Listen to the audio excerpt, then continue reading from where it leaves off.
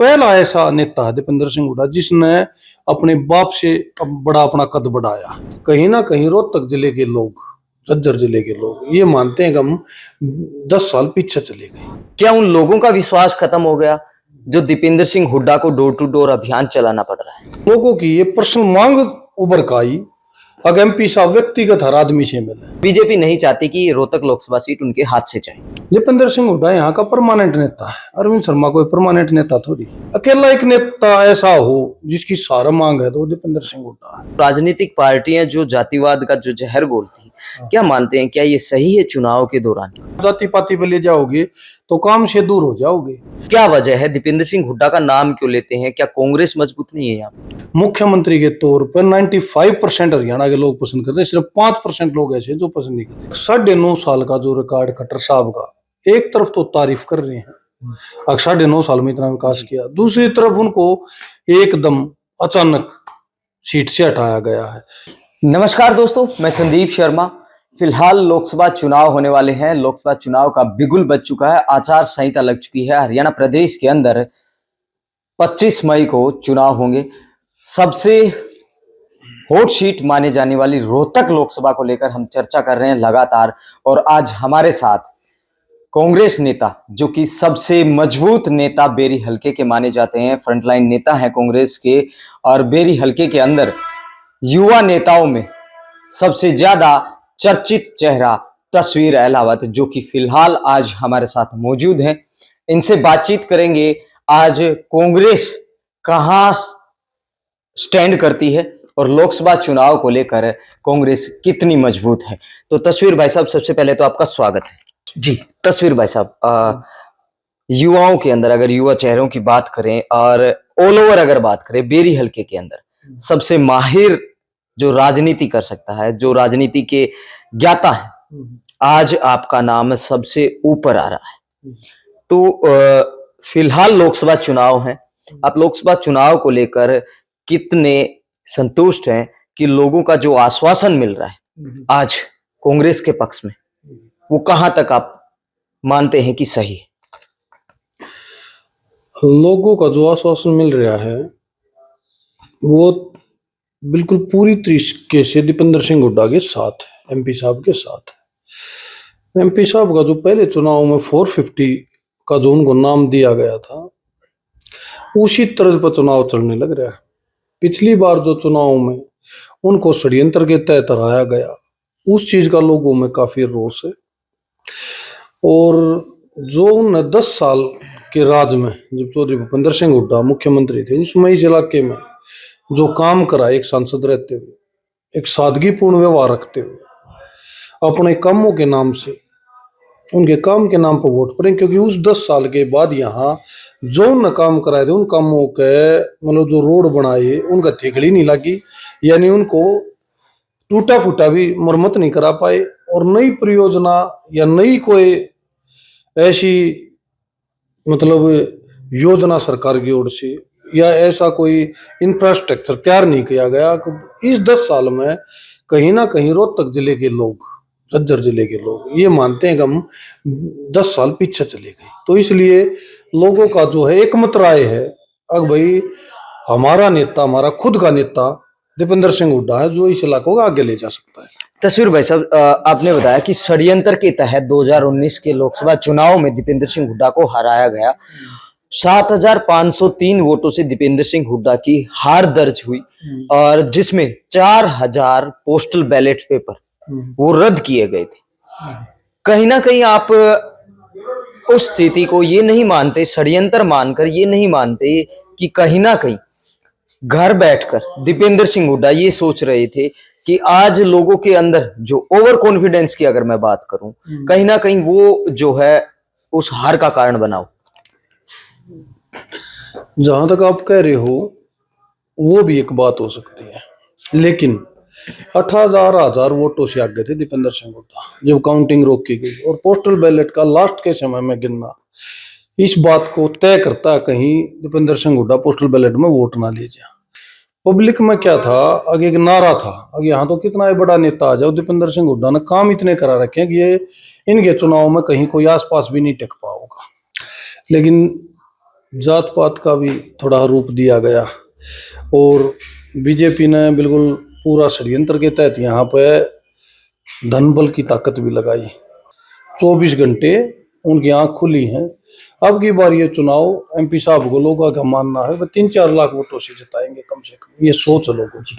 तस्वीर भाई साहब देखिए, जहां दीपेंद्र सिंह हुड्डा घर बैठे बन जाते थे, क्योंकि वो विश्वास था जिसे मैं कह रहा हूं, और कॉन्फिडेंस, वो शायद उस नेता का विश्वास था, लोगों का विश्वास भी था कि जीत जाएंगे, लेकिन वो हार हुई। उस हार का दर्द आज तक वो जनता नहीं भुला पाई है। कई बार सांसद, राज्यसभा सांसद दीपेंद्र सिंह हुड्डा भी स्टेज पर भावुक होते नजर आए हैं।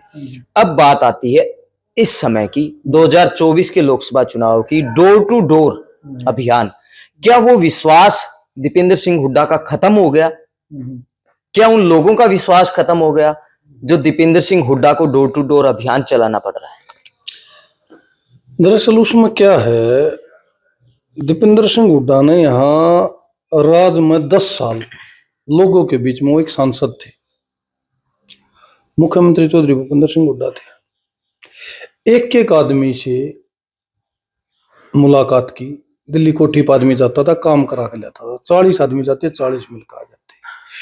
समय रहते रहते दीपेंद्र सिंह हुड्डा का जो प्रभाव, उनकी व्यक्तिगत छवि इतनी बदल गई। आज उनकी मेवात में भी मांग है, आज उनकी सिरसा में भी मांग है, आज उनकी पंचकुला में भी मांग है, जीटी रोड पर भी। सारा हरियाणा में अगर अकेला एक नेता ऐसा हो जिसकी सारा मांग है तो वो दीपेंद्र सिंह हुड्डा है। इतनी मांग होने के बावजूद आदमी हर एक आदमी से नहीं मिल सकता, लेकिन इसी मांग को मद्देनजर देखते हुए बीजेपी ने सोचा इसको घेर लो।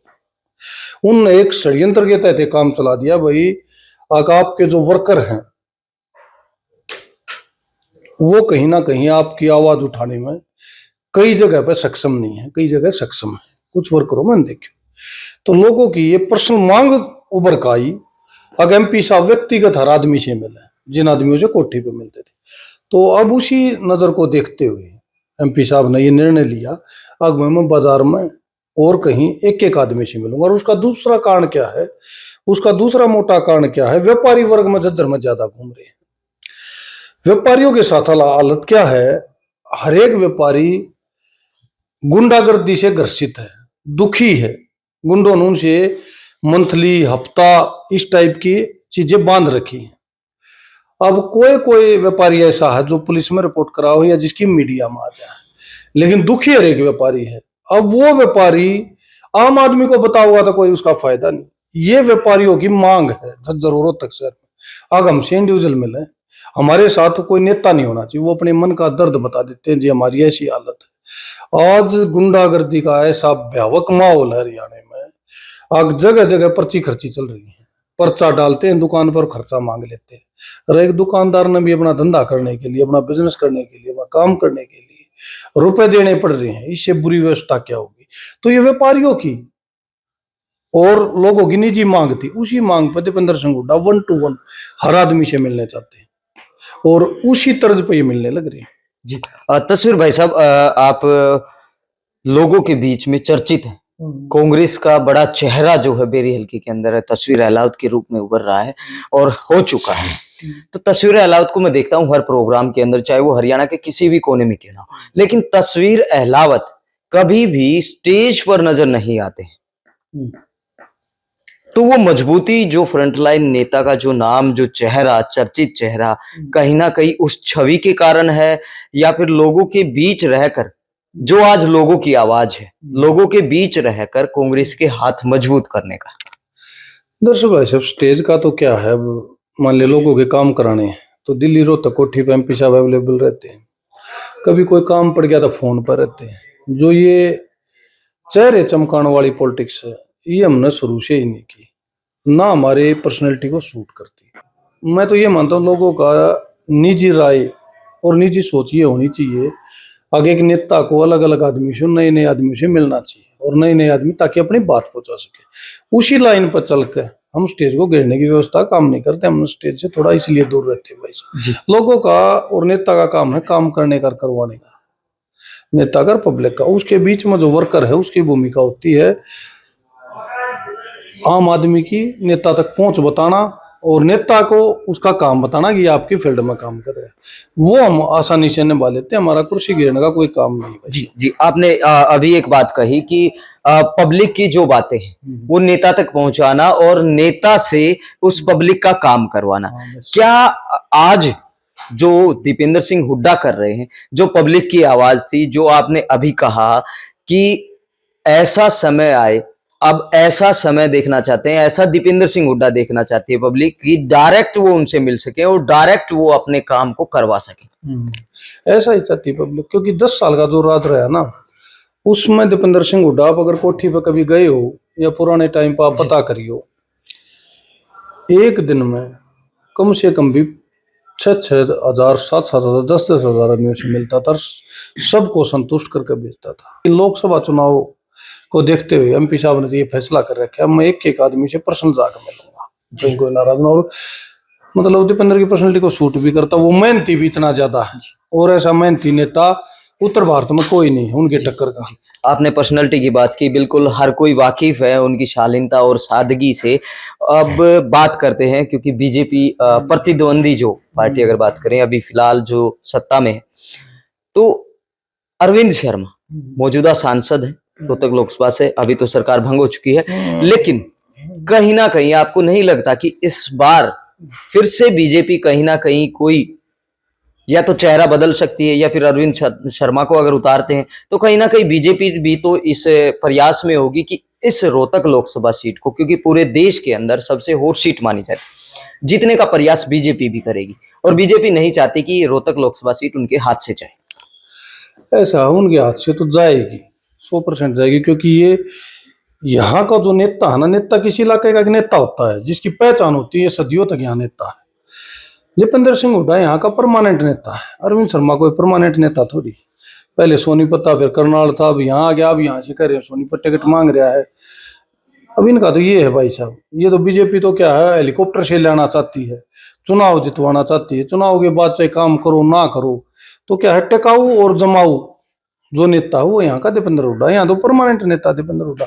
तो पिछली बार तो चलो षड्यंत्र के तहत हार जीत तो जिंदगी का हिस्सा वो होगी थी, अब की बार लोग उस गलती में नहीं आएंगे। कोसली क्षेत्र की अगर बात करें, कोसली क्षेत्र से ज्यादा मार्जिन में जो बीजेपी की जीत हुई थी, यानी कि दीपेंद्र सिंह हुड्डा की कांग्रेस की हार हुई थी पिछले लोकसभा चुनाव के अंदर। अब की बार क्या लगता है कि आप कोसली क्षेत्र में घूमे हैं, आपको कुछ पता चला हो कि कितना मार्जिन जो है वहां से कम हुआ है बीजेपी की जीत का? दरअसल वहां पर एक तो आपके सोशल मीडिया के तहत देखते रहते हैं जो आप लोग करते हो, दो बातें हैं। एक बात, वहां जिस हिसाब से नेता दीपेंद्र सिंह हुड्डा से जुड़ना चाहते हैं, एमएलए लेवल के नेता जो आगे विधानसभा चुनाव भी लड़ेंगे, इस टाइप की जो लाइन है, फ्रंट लाइन के, सेकंड लाइन के, थर्ड लाइन के, फोर्थ लाइन के बहुत ज्यादा वर्कर, करीबन कोसली हल्का से आप ये लगा लो 800 से 900 वर्कर दीपेंद्र सिंह हुड्डा की कोठी में हमने बार बार जाकर कांग्रेस में मिलते देखे। पहली बात ये तो लीड कम होना स्वाभाविक है और दीपेंद्र सिंह हुड्डा उसके वहां से जीत भी जा। तो आप मानते हैं कि राजनीति के अंदर जो जात पात का जो जहर घोला जाता है, क्योंकि उसका नुकसान सिर्फ आम जनता को होता है, राजनीतिक लोगों को नुकसान नहीं होता। जो जातिवाद जो फैलता है वो पब्लिक में फिर बाद में आपस में जो मतभेद जो मनभेद होते हैं वहां नुकसान करता है। तो राजनीतिक पार्टियां जो जातिवाद का जो जहर घोलती हैं, क्या मानते हैं, क्या ये सही है चुनाव के दौरान? ना, जाति पाति का ये होना ही नहीं चाहिए भाई साहब। जाति पाति क्या, नेता का तो काम का है। जैसे ही आप जाति पाति पे ले जाओगे तो काम से दूर हो जाओगे, और नेता इसलिए बनाए जाते हैं वो काम करें, और दूसरा काम ही नहीं होता नेता का। नेता का होता अच्छा व्यवहार करे गए आदमी के साथ और उसका काम करे, दो ही बातें होती है। मतलब हेलीकॉप्टर वाले नेता को पसंद नहीं करेंगे जी। ये हेलीकॉप्टर वाले नेता पे एक जो बात लोगों के अंदर जो आज चल रही है, जो चर्चा का विषय बनी हुई है, वो मैं पूछना चाहूंगा कि बीजेपी के समर्थक कहते हैं कि हम बीजेपी को वोट देंगे, कांग्रेस के समर्थक कहते हैं कि हम दीपेंद्र सिंह हुड्डा को वोट देंगे। कहीं ना कहीं संगठन और पार्टी, ये दो शब्द बड़े बड़े मायने रखते हैं। पार्टी और संगठन, इसमें बड़ा फर्क है। आप समझते हैं मेरी बातों को कि कहीं ना कहीं ये नुकसान तो नहीं करेगा कि दीपेंद्र सिंह हुड्डा और संगठन, बीजेपी दीपेंद्र सिंह हुड्डा, ये चीजें मैं जानना चाहता हूँ। बीजेपी और दीपेंद्र सिंह हुड्डा संगठन जी। देखिए, कोई भी समर्थक जो वोटर है, बीजेपी का समर्थक है, वो कहता है कि हम बीजेपी को वोट देंगे, कोई भी कैंडिडेट आए। ठीक है। लेकिन जो कांग्रेस का जो समर्थक दीपेंद्र सिंह हुड्डा का, वो दीपेंद्र सिंह हुड्डा का नाम लेता है। तो क्या वजह है, दीपेंद्र सिंह हुड्डा का नाम क्यों लेते हैं? क्या कांग्रेस मजबूत नहीं है यहाँ पे? दरअसल वोटर भी तीन चार तरीके का होता है। एक पार्टी की विचारधारा से प्रभावित होता है, एक पार्टी का अंधभक्त होता है, एक पार्टी के काम पर वोट डालता है, एक उम्मीदवार के नाम पर वोट डालता है। तीन चार चीजें। उम्मीदवार के नाम पर वोट डालने वाला दीपेंद्र सिंह हुड्डा को पसंद करता है। पार्टी के काम पर वोट डालने वाला, जो पार्टी से काम नहीं हुए, जिसको एंटी इनकमेंसी कहते हैं, वो दीपेंद्र सिंह हुड्डा को वोट डालता है। जो बीजेपी की विचारधारा है उससे प्रभावित होकर जो वोट डालता था, वो भी बीजेपी से पीछे हट लिया। बीजेपी वाले कई साथियों में मैं बैठता हूँ, वो कहते हैं बोले यार ये वो बीजेपी नहीं रही, अटल बिहारी वाजपेयी वाली बीजेपी नहीं रही, या बीजेपी तो और कुछ आ गई। अंधभक्तों वाली बात आ गई। हाँ, ये तो मतलब पार्टी अलग, ये अलग। मोदी जी वाली जो, अमित शाह जी वाली जो है ना, ये बीजेपी, ये अलग आ गई। इससे बहुत लोग, विचारधारा वाले लोग भी खपा हैं। वो कहते हैं यार ये वो बीजेपी नहीं है, ये अटल बिहारी वाजपेयी आडवाणी वाली बीजेपी नहीं है। तो वो लोग भी इनको वोट देंगे। एक हो गए अंधभक्त। अब उनमें से तो भाई उनको तो उनका तब क्या कराया था, वो तो बकोए जास के हैं। अब बकोने की परंपरा कांग्रेस की नहीं रही, दीपेंद्र सिंह हुड्डा की नहीं रही, समझाने से वो मानेंगे नहीं। तो कुछ वर्ग तो है जो बीजेपी को वोट डालेंगे, लेकिन तीन तरह के ये लोग हैं जो विचारधारा में पता चल गया। अब बीजेपी की विचारधारा और अमित शाह और मोदी विचारधारा अलग है, ये वो वाली बीजेपी नहीं। वो दीपेंद्र को वोट डालेगा। जो काम को देखेगा वो दीपेंद्र को वोट डालेगा, जो नाम को देखेगा वो दीपेंद्र की वोट डालेगा।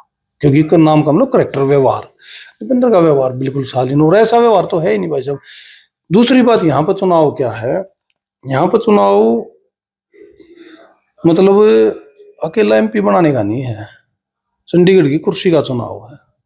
यहाँ से चंडीगढ़ की कुर्सी बने, क्योंकि यहाँ से जो लीडर कांग्रेस का चुनाव लड़ रहा है दीपेंद्र सिंह हुड्डा, उसको लोग आज के दिन मुख्यमंत्री के तौर पर 95% हरियाणा के लोग पसंद करते हैं। सिर्फ 5% लोग ऐसे जो पसंद नहीं करते, वो अंधभक्त लोग। 95% लोग मुख्यमंत्री के तौर पर पसंद करते हैं। यहाँ से जैसे एमपी बनेंगे, चंडीगढ़ की कुर्सी की राह आसान हो जाएगी। दीपेंद्र सिंह हुड्डा उस लाइन पर चल रहे हैं राजनीति के मामले में, उन चीजों का अनुसरण कर रहे हैं कि सदियों तक बताए जाएंगे कि ऐसे नेता थे जिनके पिताजी मुख्यमंत्री होते हुए भी उन्होंने मतलब कभी भी वो प्रोटोकॉल, वो स्ट्रक्चर यूज ही नहीं किया जो मतलब उनकी इमेज को डैमेज करे।